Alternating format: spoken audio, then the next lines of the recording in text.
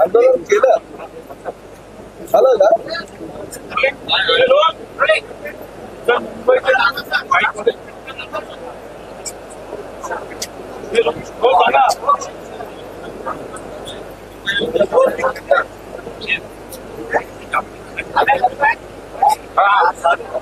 थांबू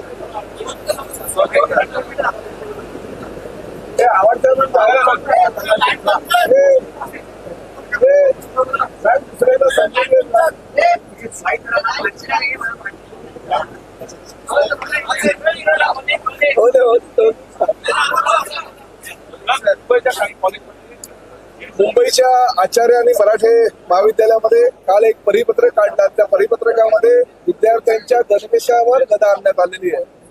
विद्यार्थ्यांनी जीन्स आणि टी शर्ट महाविद्यालयामध्ये परिधान करू नये अशा प्रकारचं आणि जर्सी अशा प्रकारचं परिपत्रक त्या महाविद्यालयाने काढलेलं. अनेक पालक संघटनांनी आणि विद्यार्थ्यांनी सुद्धा विरोध दर्शवलेला आहे.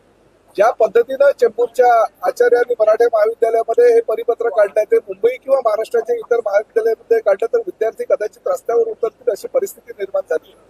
हिजाब ही वेगळी गोष्ट आहे आणि जीन्स आणि टी शर्ट आणि जर्सी परिधान करणं ही वेगळी गोष्ट आहे. उद्या जर स्पोर्ट्स डे असेल, स्पोर्ट्स डेला तुम्ही जीन्स आणि टी शर्टला जर आता बंदी घालता तर त्यावेळेस स्पोर्ट्सला तुम्ही स्विमिंग कॉस्ट्युमवर बंदी घालणार आहात का? तुम्ही जे विद्यार्थी खेळाडू आहेत त्या खेळाडूंच्या टी शर्टवर आणि शॉर्ट्सवर तुम्ही बंदी घालणार आहात का? अशा प्रकारे तालिबानी वटहुकूम काढण्यासारखं परिपत्रक ह्या मुंबईतल्या आचार्य आणि मराठे महाविद्यालयाने काढलेले. मी आजच मुख्यमंत्र्यांना त्या संदर्भातलं पत्र दिलं आणि सभागृहामध्ये सुद्धा त्या विषयावर आज मी आवाज उठवणार आहे. अशा प्रकारे देशामध्येच नव्हे तर परदेशामध्ये सुद्धा 70 ते 80% विद्यार्थिनी किंवा तरुण मुलं मुली हे जीन्स आणि टी शर्ट परिधान करत असताना एका मुंबईच्या महाविद्यालयामध्ये हिजाब बंदीवरून जर विद्यार्थ्यांच्या जीन्स आणि टी शर्टवर सुद्धा बंदी आणण्यात येत असेल तर निश्चितपणे हा लोकशाहीचा खून आहे.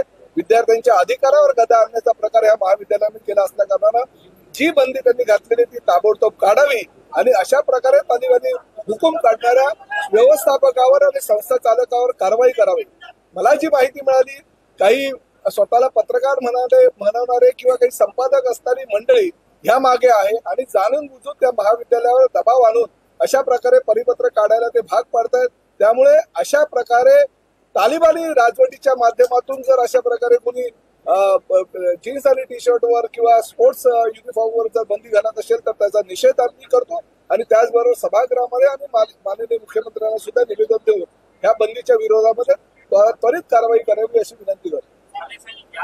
असाच वाद हिजाब संदर्भात देखील झाला होता.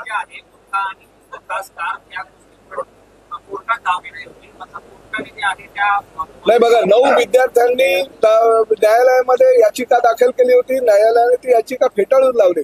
परंतु न्यायालयानं कुठे असं सांगितलं नाही की जीन्स आणि टी शर्टवर तुम्ही बंदी घालावी. न्यायालयानं त्यांची याचिका हा वेगळा मुद्दा आणि लाखो विद्यार्थी महाविद्यालयांमध्ये शिक्षण घेत असताना जर जीन्स आणि टी शर्ट घालून महाविद्यालयामध्ये जात असेल, जर्सी घालून महाविद्यालयामध्ये जात असेल आणि ताबडतोब त्यांच्या जीन्स आणि टी शर्टवर बंदी आणण्याची एक वटहुकूम ह्या महाविद्यालयाच्या व्यवस्थापकांना कोणाच्या तरी दबावाखाली जर केला असेल तर चुकीचं आहे. न्यायालयानं असं कुठेही म्हटलेलं नाही की जीन्स आणि टी शर्टवर किंवा जर्सीवर बंदी घालावी. मी तेच म्हणालो, उद्याचा स्पोर्ट्स डेला स्विमिंग कॉस्ट्युम घालायला तुम्ही परवानगी नाकारात. उद्या तुम्ही स्पोर्ट्स डेच्या माध्यमातून जे टी शर्ट आणि शॉर्ट्स आहेत त्याला तुम्ही बंदी घालाल. हे काय चाललंय? हा भारत देश आहे. कुठल्या तरी एखाद्या व्यक्तीच्या नावावर किंवा व्यक्तीच्या दबावाखाली जर अशा प्रकारचे वटहुकूम कुठलं महाविद्यालय करत असेल तर मी त्याचा निषेध करतो आणि सभागृहामध्ये सुद्धा याच्या विरोधामध्ये मी आज आवाज उचलणार आहे आणि त्याचबरोबर मी मुख्यमंत्र्यांना सुद्धा पत्र दिलेलं आहे की अशा प्रकारे तालिबानी हुकूम काढणाऱ्या किंवा तालिबानी परिपत्र काढणाऱ्या व्यवस्थापकांवर कठोर कारवाई करा. सर, याला लागूनच हिजाब बंदीच्या बाबतीत फक्त शाळा कॉलेजेस नाही तर मतदानामध्ये देखील हिजाब घालून खूप गोंधळ झाला आणि त्याबद्दल देखील निवडणूक आयोगाने तक्रार घेतली. या सगळ्या पार्श्वभूमीवर येत्या काळात काय भूमिका असणार? नाही बघा, हिजाब हा वेगळा गोष्ट आहे. तो देश पातळीवर चाललेला प्रश्न आहे. आजचा मुद्दा आहे जीन्स आणि टी शर्टचा. हिजाब याला विरोध करणारी मंडळी फार वेगळ्या प्रकारची मंडळी या देशामध्ये आहे. परंतु जीन्स आणि टी शर्ट हा सर्वसामान्य पेहराव आहे. आज या सभागृहातले सदस्य सुद्धा जीन्स आणि टी शर्ट घालून येणारे असतात. तुमच्यातले काही पत्रकार सुद्धा जीन्स आणि टी शर्ट घालून येत असतात.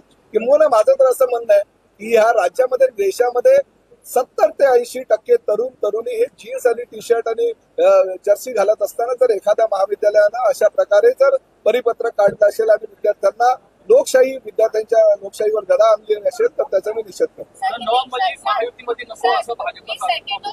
देवेंद्र फडणवीस यांचं सोडून काम असलं आता त्या हाईकोर्ट में याचिका सेकेंड और थर्ड ईयर के स्टूडेंट जो अभी पढ़ रहे हैं ये उनका आखिरी साल है और अब इसमें उन्हें हिजाब पहनने के लिए मलिकांच्या विरोधात देवेंद्र फडणवीसांनी भूमिका मांडली होती, त्यांना बाजूला ठेवा. मात्र कालच्या बैठकीत नवाब मलिक हे अजितदादा गटाच्या बैठकीत उपस्थित होते.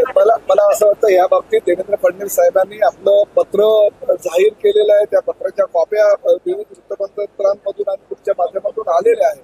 जी भूमिका देवेंद्र फडणवीसांची आहे तीच भूमिका महायुतीच्या इतर सदस्यांची आहे. कालच्या बैठकीमध्ये कोण यावं कोण नाही यावं त्यांच्या पक्षाचा तो अंतर्गत मानतात. त्यामुळे आम्ही ढवळाढवळ करण्यापेक्षा वरिष्ठ नेते बाबतीचा निर्णय घेऊ. दुसरीकडे पाहिजे तर त्यांच्याकडनं असं सांगण्यात येतं की आम्ही 85 जागांची मागणी करणार आहे. एकूणच महायुतीमध्ये मोठ्या प्रमाणात घटक पक्ष आहेत. ही किती जागांची बघा, आम्हाला किती प्रश्न विचारले तरी आज आमच्या सगळ्या पक्षाच्या नेत्यांना तंबी देण्यात आलेली आहे, प्रवक्त्यांना सुद्धा, की महायुतीमध्ये कुठल्याही प्रकारे वादविवाद निर्माण होईल अशा प्रकारची भूमिका तुम्ही प्रवक्त्यांनी पण घेऊ नये आणि कुठल्याही लोकप्रतिनिधींनी घेऊ नये. त्यामुळे त्या विषयावर आम्ही बिलकुल बोलणार नाही.